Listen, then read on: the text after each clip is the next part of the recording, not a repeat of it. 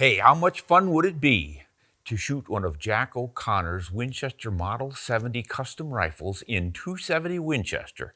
To actually hold it and shoot it? We're about to find out on this episode of Ron Spomer Outdoors.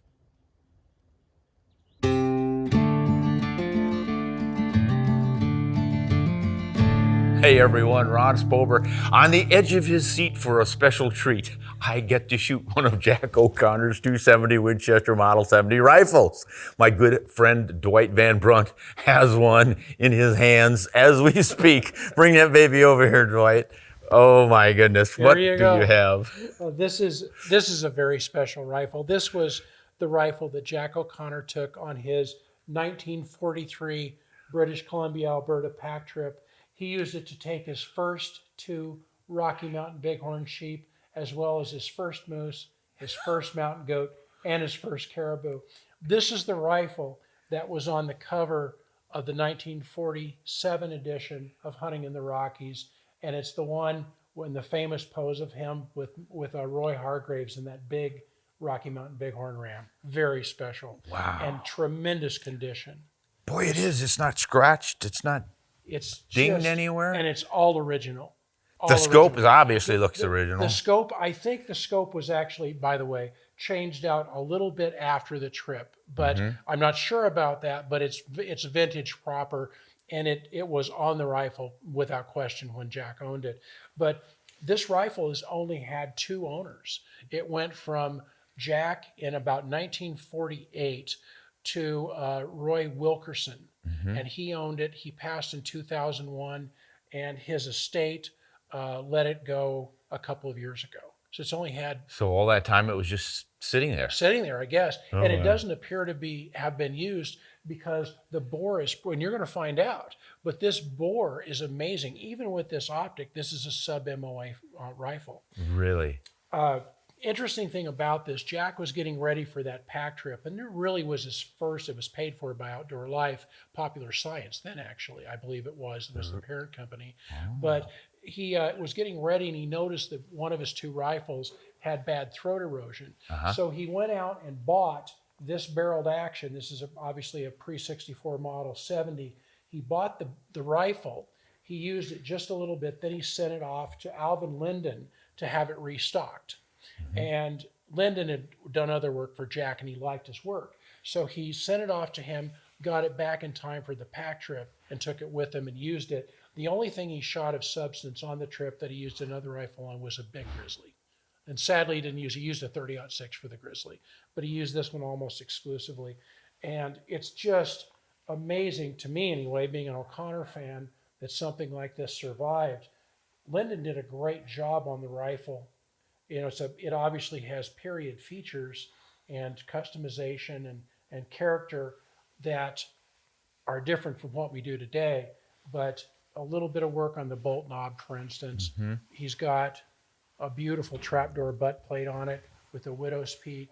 Just a wonderful rifle. This was the first Model 70 that Jack ever purchased. That was his original when they first came out, that first year. And of course, this is not the most famous O'Connor .270 would be the number 2, as you know.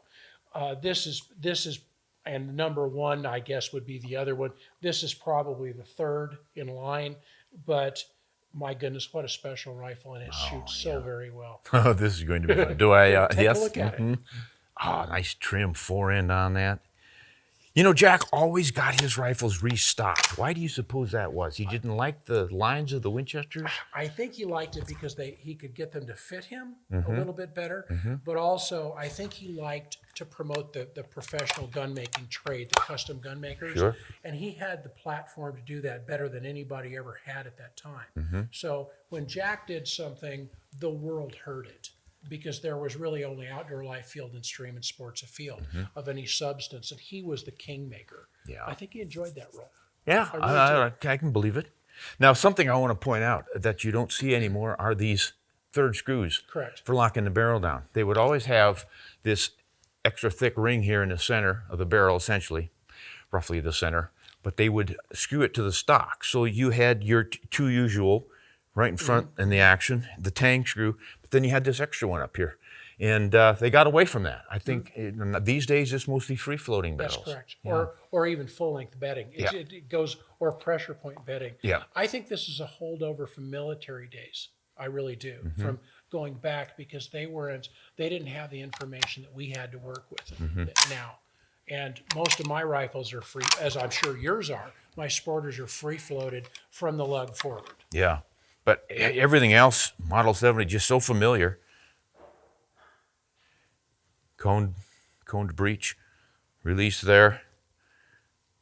Claw extractor. Now, was that bolt jeweled from the factory? No. That was extra too. That was added. Even the follower is jeweled. Yes. Wow. And it shoots sub-MOA right now, huh? It just barely, but it shoots. Both my son and I were shooting just under an inch. There's some pretty fine line on that checkering. He did a good job on it. But to think that survived in that level of condition is one of the things that, even 60 days, if I take a rifle hunting for 60 days, and wouldn't that be nice? Yeah, that's another feature of the old days. But and be paid for to do it. But if we took a rifle hunting for 60 days and it was wood stocked with an oil finish, it would not look like that when it came back. Nope. And that was in a saddle scabbard. Yeah, and I photographed his saddle scabbard down at the Jack O'Connor Hunting Heritage Center. It was a beautiful piece of leather on that too. It could have been, that rifle might Could have have been ridden, in it. might have ridden in it Yeah. at one time. Well, what just struck me as I was doing this is saying, Jack O'Connor did this very thing. His cheek was right where my cheek is now. His hands were where my hand. Oh, I had to see if I can hit something with this. So this would have been a 1942 1942 manufacture. is the barrel date, yes. And the first one came out in 35. Really, they started, that's correct, but that's almost a phantom date. Is that because they really started a little bit later. There were a few that were in 35, and then 36, and then 37. That's when they really ramped them up. They got, it escalated. But according to, if you read deep, you find that there were actually pre-64 Model 70s were actually out at the very end of 1935, but very few of them. That's the date that's usually given for the introduction That's of the correct. Model 70. That's correct. But the 270 had been around since 25. Jack had been shooting it since 25. So he was kind of first in line every time Winchester came out with something. 270, Model 70, he got on it right away. He was the kingmaker. Anything that he touched, and he chose that because he liked the way that, frankly, the terminal ballistics, it killed stuff. Yeah. He really liked that. But, you know, if he hadn't done that work with the 270 Winchester, I don't think it would have become nearly as popular as it is. There's absolutely no chance. 'Cause You're right. It was even a struggle in those first 10 years or so for folks to get away from the 30-06 and go with that little 270 with a little bullet. And even as much as we love speed, by then speed was really starting to become a little more common, but there were still plenty of holdouts from the old days that just wanted a big, heavy, slow-moving bullet rather than that risky, too fast of a bullet. And you still hear that to this day. I still hear from people saying that bullet was going so fast that it zipped right through and didn't even open. And it's impossible for that to happen. They think that the slower the bullet goes, the more it opens. It's just the opposite. It might be too hard to open. It might be too hard to But then it needs to go faster. Your chances are better if it's going faster. But that's just an energy physics thing. Yeah, this is a fine-looking piece. And we get to go out and make it go bang and see if we can hit something. Let's go do it. All right, we'll see you in a bit, guys. Oh, all right, here we go. I am loading the Jack O'Connor 270 rifle with 270 cartridges live. Historic. That's right. Ah, nice. It's actually got a pretty good trigger, too. Oh, cool. All right, folks. This is Jack O'Connor's first Model 70 in 270 Winchester. The original, with the original scope. By the way, what scope is this? That's an Lyman Alaskan 2.5X. 2.5? Lyman Alaskan. There's plenty of guys today who think, how could you see a 100-yard target at 2.5? You're about ready to show them.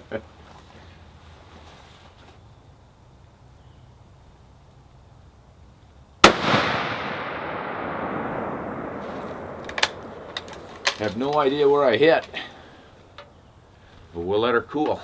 I almost want to walk down there just to see that. Let's go. Yeah, let's go. All right, that first shot was a little low, right center. But the post crosshair in this little 2.5 power scope, it's really difficult to get a fine pick on that target.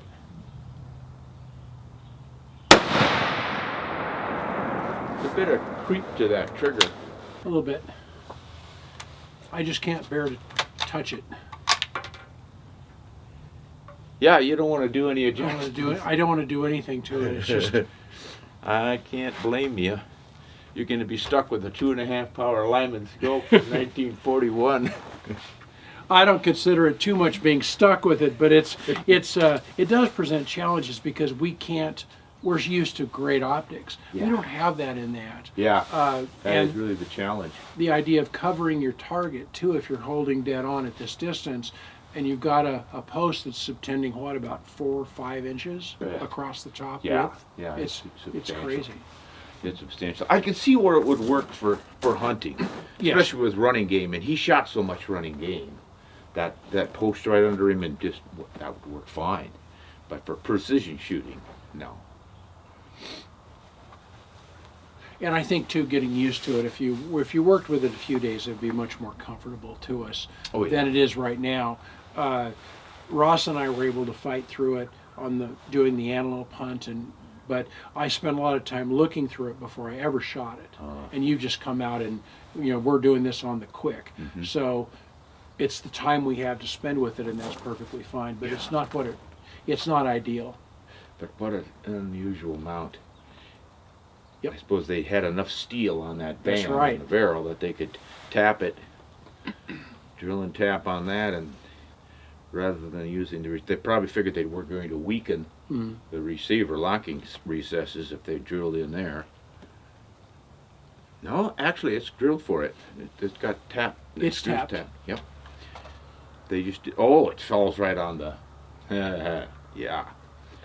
That may have been one of the first internal adjustment scopes. It was.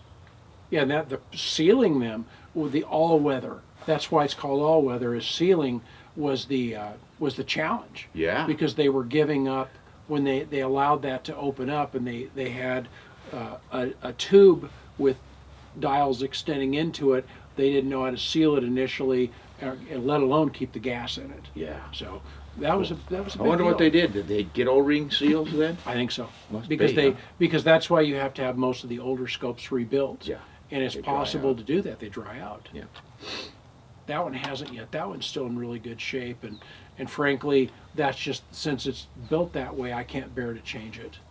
Yeah, I mean, this is a classic. You want to keep it intact. To think that even the sight hood survived all those years is just amazing Yeah, to you'd me. think that would get knocked off. Pulling it in, even Yeah. in a hurry, pulling it out of a Out of a scabbard. scabbard. Okay, cool down nicely. Give it our last hoorah.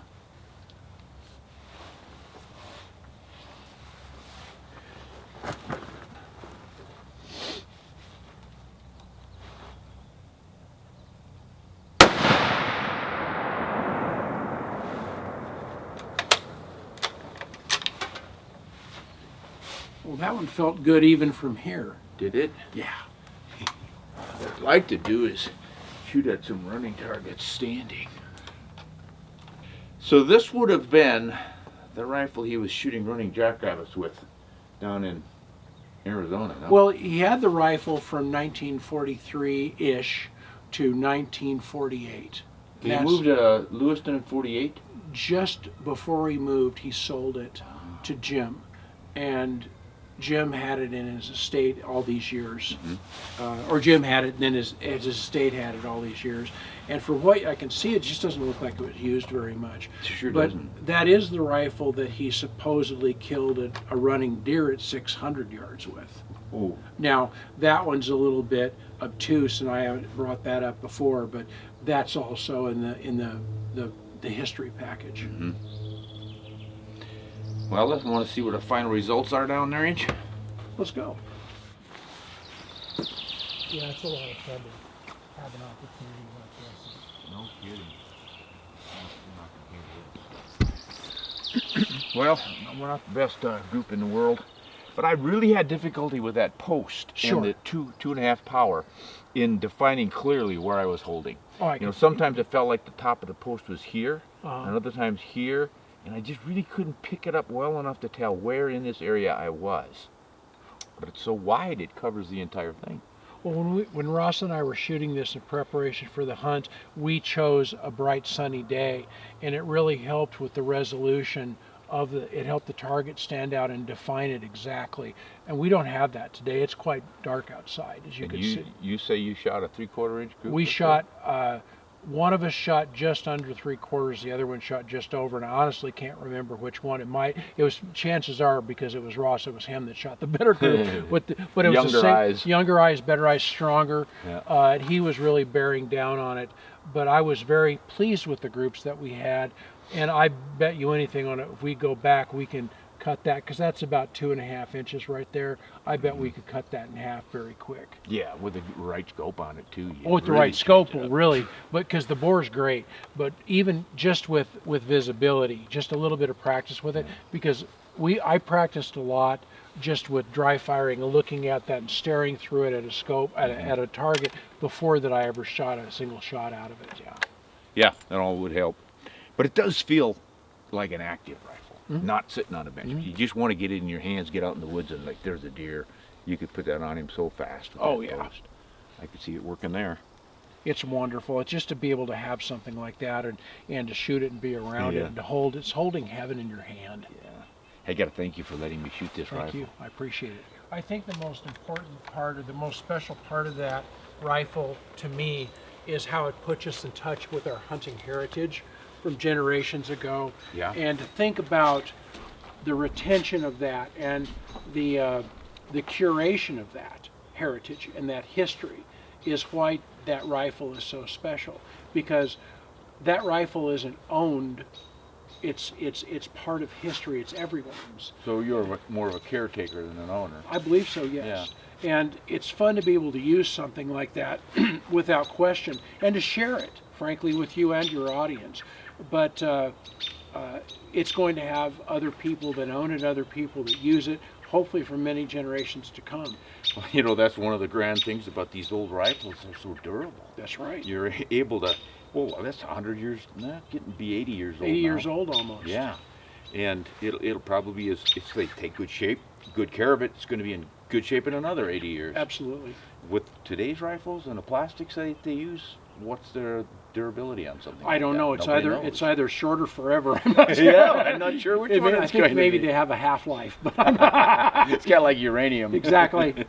Exactly. Yeah. But Well, it's just so special to be around stuff like that, and to think that when I was a boy, I was reading about the hunting that he did with this rifle, and it never even crossed my mind that someday I'd be able to shoot it, let alone hunt with it. Yeah. But it's a real privilege, Yeah, and sure it's so is. much fun to share it with people. well, you know, and something else we should tell our audience, of course, is the Jack O'Connor Hunting Heritage Center Absolutely. down in Lewiston. There's so few people know about that place, and it's just, when you walk through the door and you start to see the images and you realize who this was and what he did and how it encompassed what went on in the 20th century. That is kind of the heart of the hunting sportsman's heritage and restoration of wildlife. Yes. That was so critical to what we enjoy today. The reason we have elk in so many places, and pronghorn are back in big numbers, and geese and turkeys, and you name it. Mm-hmm. It's because of men like Jack O'Connor and what they did in the 20th century, and our fathers and our grandfathers. And we are the recipients of that, and this is what we'd like to pass on. Well, sure. It's the O'Connor Center is a wonderful place to visit, and frankly, it's overwhelming. When you look at it from outside, you say, what could possibly be? It's a relatively small building. Yeah. It's nondescript. It's kind of tucked back away from Right, the road. hard to see it, Then yep. you get in there, and it's just jaw-dropping what's in there. Yeah. Well, the same thing with the Boone and Crockett Club. The same thing with the Rocky Mountain Elk Foundation. It just goes on and on and on. Plus all the work that the NRA has done for hunters as well. It's just amazing. And if it wasn't for the hunters financing all of this through essentially the taxes paid via the Pittman-Robertson Act Right. that was established in 1937, Yep. before this rifle was made, none of us would enjoy the shooting sports or the hunting sports the way that we do. It'd be impossible. It'd almost all be gone. Listen to Grandpa Grandpa. Grandpa Dwight here. He's got the information, folks. if you get a chance, do check out those organizations and their museums. Absolutely. And join, help support that. Obviously, you're spending your money on guns and ammo. You're paying that 11% excise tax that helps with wildlife restoration programs and habitat and everything else. And of course, your licenses and tags. But don't just be a spokesman for this stuff. Know it and share it and live it. Because you truly are helping fund wildlife conservation and maintenance in North America through your hunting. So stand proud, do the right thing, hunt honest, and shoot straight. There you go.